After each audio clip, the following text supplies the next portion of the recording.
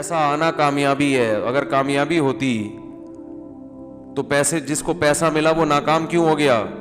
قارون ناکام کیوں ہو گیا؟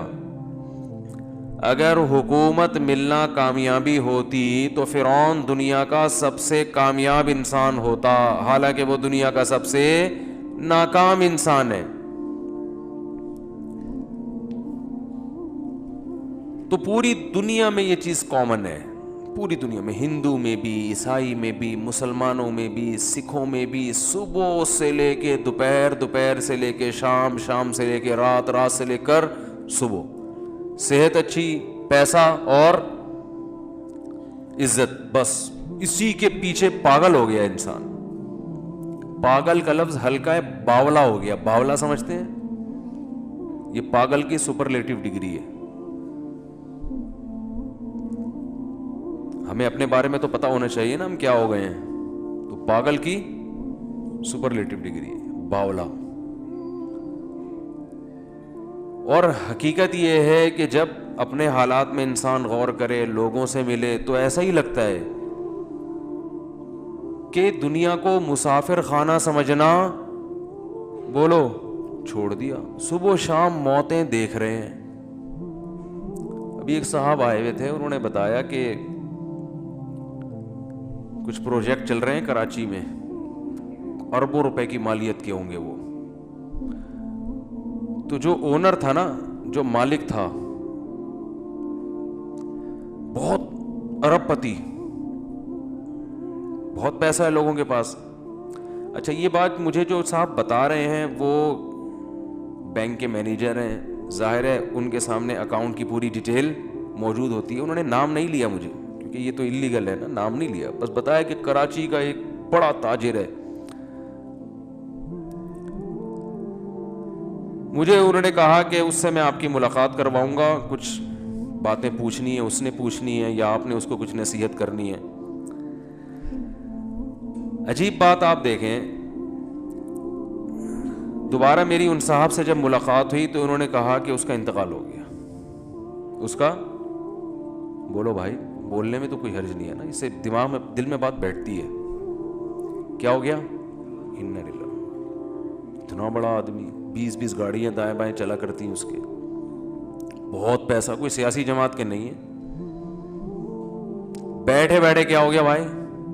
انا للہ.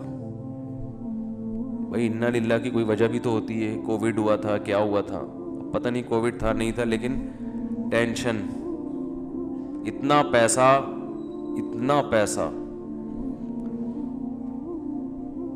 کہ جب پیسہ آتا ہے تو بڑی خاندانی بات کی انہوں نے, اور کہا گورے یہ کہتے ہیں کہ جب پیسے کا گراف بڑھتا ہے نا, اوپر جاتا ہے, تو موت کا چانس بھی اسی حساب سے, موت کا گراف بھی اسی حساب سے اوپر جاتا ہے. سمجھ رہے ہو؟ جیسے جیسے پیسہ آئے گا نا, مرنے کے چانسز بھی اتنے ہی حساب سے بڑھتے چلے جائیں گے. گوروں کی ریسرچ ہے, گوروں کی. لہذا جیسے جیسے پیسہ آ رہا ہے تو ایسے آدمی کو اپنی زندگی بچانے کے لیے غریب آدمی کی نسبت زیادہ محنت کرنی پڑتی ہے. سمجھتے ہیں؟ کچھ نہیں تو نیب والے آج کل پیچھے پڑ جاتے ہیں, وہی ٹینشن دے دے کے مار دیتے ہیں.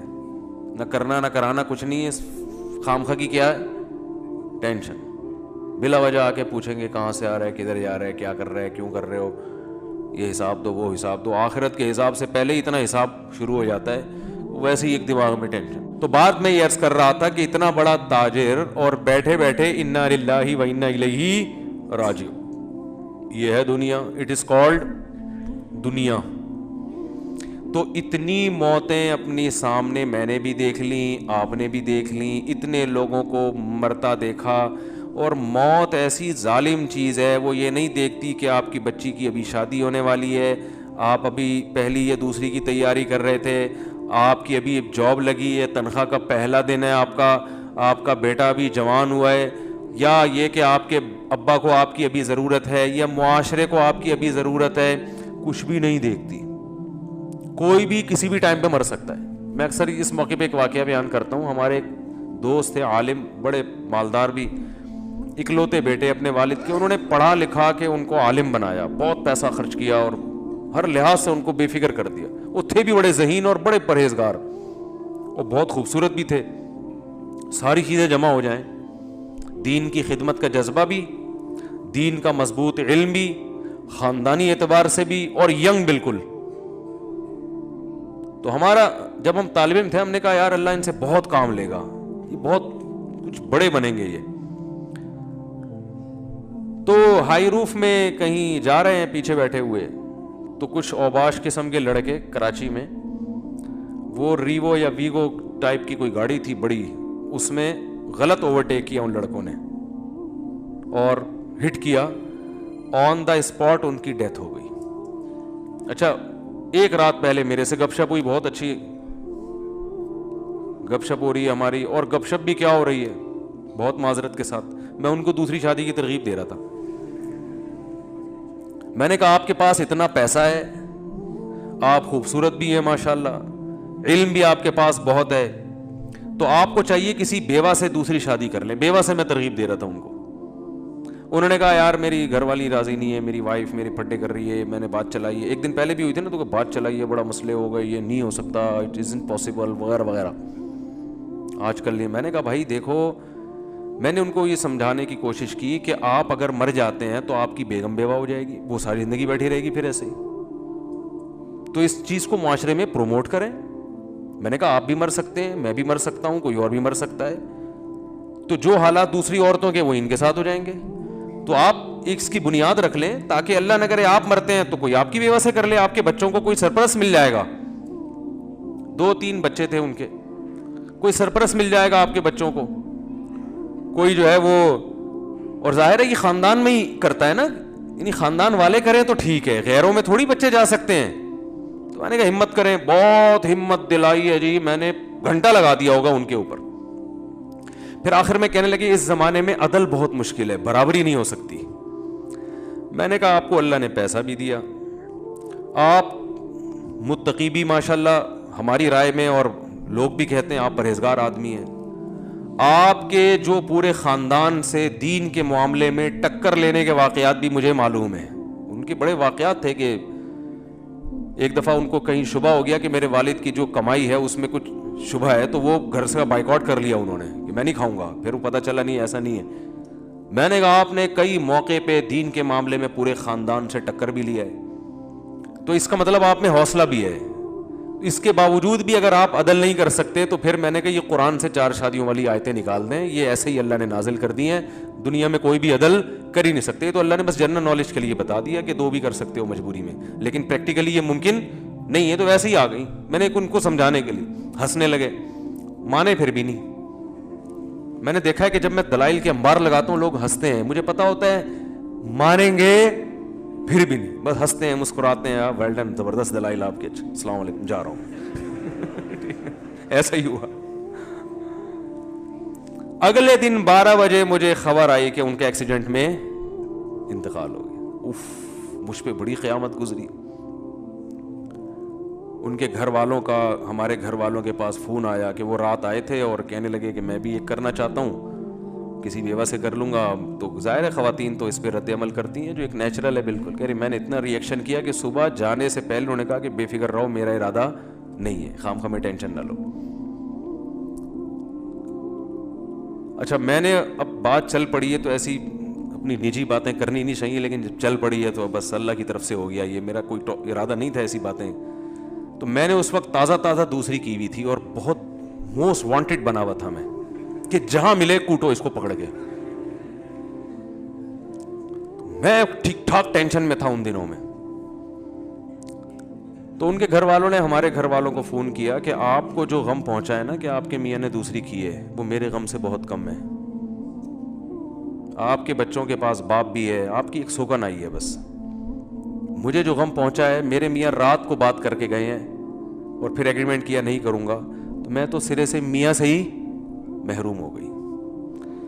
میرے ذہن میں یہ بات آئی کہ یہ اتفاقی واقعہ نہیں ہے, یہ کوئی اتفاقی حادثہ نہیں, یہ اللہ کی طرف سے مصلحت تھی اس میں. اور میں بیان بھی اسی وجہ سے کر رہا ہوں کہ مجھے اس میں بڑا سبق ملا. تو یہ واقعہ بھی ہے تقریباً 15 سال پرانا جو میں بیان کر رہا ہوں، 15 سال پرانا واقعہ ہے. تو وہی ہوا، 12 بجے دن میں کال آئی کہ ان کا انتقال ہو گیا. گھر والے ان کی وائف بیوہ ہو گئی، بچے یتیم ہو گئے. وہی پھر سب کو پتہ ہے ہمارے معاشرے میں دوبارہ شادی آسان کام بولو بھائی نہیں ہے. وہ ہوتی بھی ہے تو اس جیسا تو نہیں ملتا، دوسری کر رہے ہوتے ہیں. ہم جیسے جن کو لوگ ویسے ہی کہتے ہیں یہ ٹریک سے ہٹے ہوئے لوگ ہیں،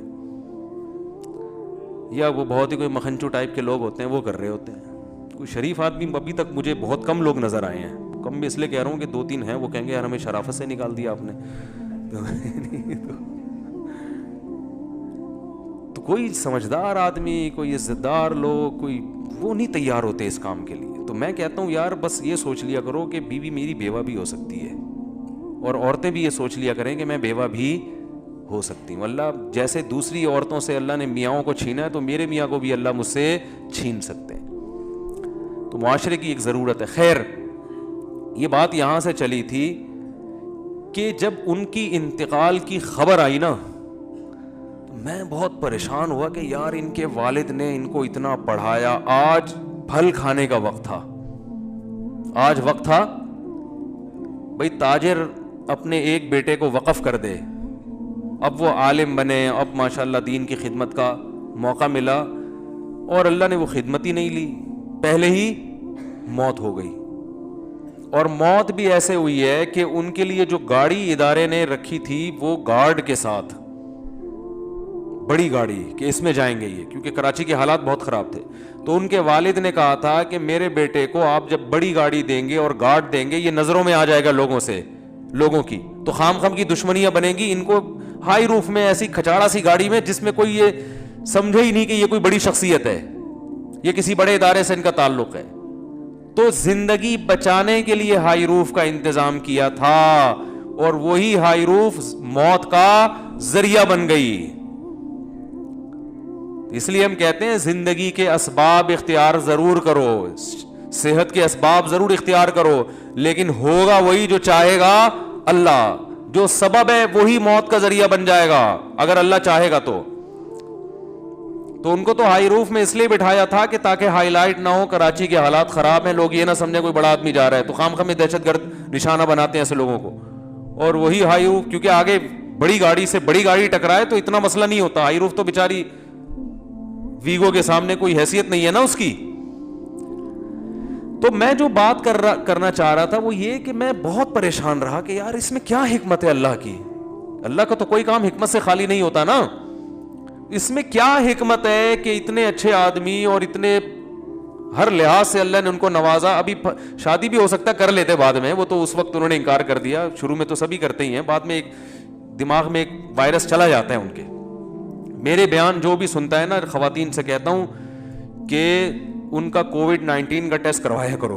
ہمارا والا کووڈ-19، یہ شادی والا، یہ وائرس ایک دفعہ جو میرے پاس آ گیا یہ پھر نکلتا نہیں ہے. یہ جیسے کووڈ-19 شکلیں بدل کے آ رہا ہے نا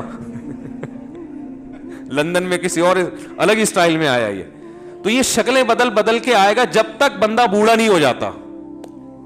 ہاں بوڑھا ہو جائے گا پھر وہ ایک بھی اس کو بری لگے گی، ایک کی باتیں بھی، یہ کیا شادی لگا کے رکھی گی. جب تک جوان ہے اور میرا بیان سن رہا ہے، یہ وائرس یہ تو ہوتا ہے کہ ایکٹیو نہ رہے، لیکن ختم ہو جائے یہ نہیں ہوتا.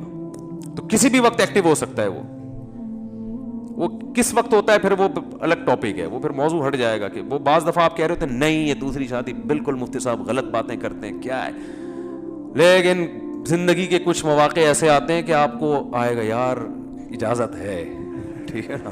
کچھ ایسے موقع آ جاتے ہیں یار یہ بھی آپشن ہے، چاہے جتنا آپ انکار کریں. تو اب جب ان کی ڈیتھ ہو گئی میں پریشان، میں نے کہا اللہ اس میں تیری کیا حکمت ہے. تو مجھے جو جواب ذہن میں آیا نا، بہت بڑی حکمت یہ ہے کہ اللہ یہ بتانا چاہتا ہے کہ کوئی بھی کسی بھی ٹائم پہ مر سکتا ہے. بس یہی حکمت ہے. کسی خوش فہمی میں مبتلا ہونے کی ضرورت نہیں ہے کہ میں تو یہ ہوں, میرے تو بیانات دنیا سن رہی ہے, میرے تو فین فالوونگ بہت زیادہ ہے, ہم نے تو ابھی یہ کرنا ہے, اور آپ کا بزنس ایسا ہے, اور ابھی تو ہمارے بچے چھوٹے چھوٹے ہیں, ابھی تو اللہ تعالیٰ میری بیوی کو بیوہ نہیں کر سکتا, میرے چھوٹے چھوٹے بچوں کو یتیم نہیں کر سکتا, ابھی تو جناب میں نے جو ہے وہ پڑھائی مکمل کرنی ہے, اور پھر ابھی تو ایک سیمسٹر رہ گیا میرا, باقی سارے کمپلیٹ ہو گئے, ابھی تو میں MBBS ڈاکٹر بن گیا ہوں, 2 سال کی بس جاب رہ گئی, ہاؤس جاب, اس کے بعد تو مزے ہی مزے ہاؤس جاب ہو گئی ہے, اور بس اب تو کلینک کھولنی ہے, اور پھر جناب پیسے کمانے ہیں, اور یہ کرنا ہے اور وہ کرنا ہے. بھائی جان کوئی بھی کسی بھی ٹائم پہ مر سکتا ہے, ایسا اللہ کی طرف سے کوئی گارنٹی نہیں ہے, سمجھ رہے ہو, بلکہ اللہ دکھائے گا. اور یہ انگریزوں میں بھی ہوتا ہے جن کی صحتیں ہم سے اچھی ہیں. کل ایک ڈاکٹر صاحب سے بات ہو رہی تھی, یورپ میں ہوتے ہیں, انہوں نے کہا کہ گوروں کی یہاں صحت اتنی اچھی ہے, لیکن حیران ہوتے ہیں کہ 27 سال جوان لڑکا جس کی خوراک بھی بہت ہی حساب و کتاب سے, اور فزیکل فٹنس کا ٹرینر ہے, لوگوں کو گائیڈ کر رہا ہے, وہیں کی یونیورسٹی میں پڑھا ہوا, لیکن ایسی بیماری ہو جاتی ہے کہ ہم حیران ہوتے ہیں اس کو کیسے ہو گئی. بیماری کا کوئی سبب نہیں ہوتا, لیکن آدمی موت کے منہ میں چلا جاتا ہے. تو وہ خود یہ کہہ رہے تھے کہ بس یہ اللہ کے کام ہے, سب کچھ سائنس نہیں ہے, سب کچھ اسباب نہیں ہے.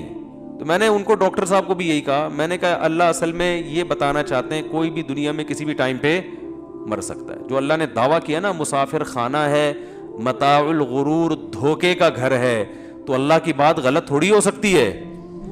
اگر یہ دنیا ایسی اللہ بنا دے کہ آپ اپنی صحت کا بہت خیال رکھ رہے ہو, تو آپ نے واقعی 90 سال ہی جینا ہے, سب کے ساتھ ایسا ہی ہونا شروع ہو جائے, تو یہ دھوکے کا گھر تھوڑی ہوگی. دھوکہ اسے کہتے ہیں کہ دکھاؤ کچھ اور دو کچھ اور. جیسے دکاندار بعض دفعہ آپ سبزی لینے جاؤ نا سبزی منڈی میں, تو اوپر کے رو میں کینو بڑے خوبصورت سے رکھے ہوئے ہوتے ہیں, گھر میں لاؤ تو اندر پتہ نہیں کیا نکلتا ہے. اس کو کیا کہتے ہیں؟ دھوکا. تو اللہ نے بھی بار بار قرآن میں کہا ہے کہ متاع الغرور یہ دھوکے کا سامان ہے, دار الغرور ہے, دھوکے کا گھر ہے. تو دھوکے کا مطلب یہی ہے کہ دنیا جب آپ کو خوبصورت خواب دکھائے گی, آپ سمجھو گے یار ابھی یہ ہو جائے گا, ابھی یوں ہو جائے گا, ابھی ایسے ہو جائے گا, ابھی تو اڑو بچہ ہو جائے گا, پتہ چلے گا کہ جی سارے پلان آپ کے 2 سیکنڈ کے اندر خاک میں مل